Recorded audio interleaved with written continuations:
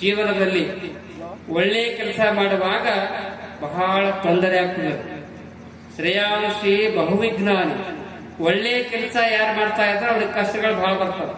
ಯಾರು ಬಹಳ ಜಪ ಮಾಡ್ತಾರ ಅವರಿಗೆ ಬಹಳ ತ್ರಾಸ ಆಗ್ತದೆ. ಅದಕ್ಕಾಗಿ ನಿಮ್ಗೆ ಏನಾದ್ರೂ ಒಳ್ಳೆಯ ಕೆಲಸ ಮಾಡುವಾಗ ಯಾರಾದ್ರೂ ಟೀಕಾ ಟಿಪ್ಪಣಿ ನಿಮ್ಗೆ ಮನಸ್ಸು ನೋಯಿಸ್ತಿರಂದ್ರ ನೀವು ಹೆಂಗಿರ್ಬೇಕಂದ್ರ ಕನ್ನಡದ ಕವಿ ಒಂದ್ ಕಡೆ ಹೇಳ್ತಾ ಇದ್ದಾನೆ. ಏನ್ ಹೇಳ್ತಾ ಇದ್ದಾನಂದ್ರ, ನೀ ಜಗತ್ತಿನಲ್ಲಿ ಬಾಳುವಾಗ ನಿನಗೆ ಯಾರಾದ್ರೂ ಟೀಕಾ ಮಾಡಿದ್ರ ನಿಂದ ಮಾಡಿದ್ರ ಅದ್ರ ಚಿಂತೆ ಹಚ್ಕೋಬೇಡಿ. ಅವ್ರು ಏನ್ ಹೇಳ್ತಾ ಇದ್ದಾರೆ ಕನ್ನಡದ ಕವಿ ಅಂದ್ರ, ನಿನ್ನ ಕಾಯಲು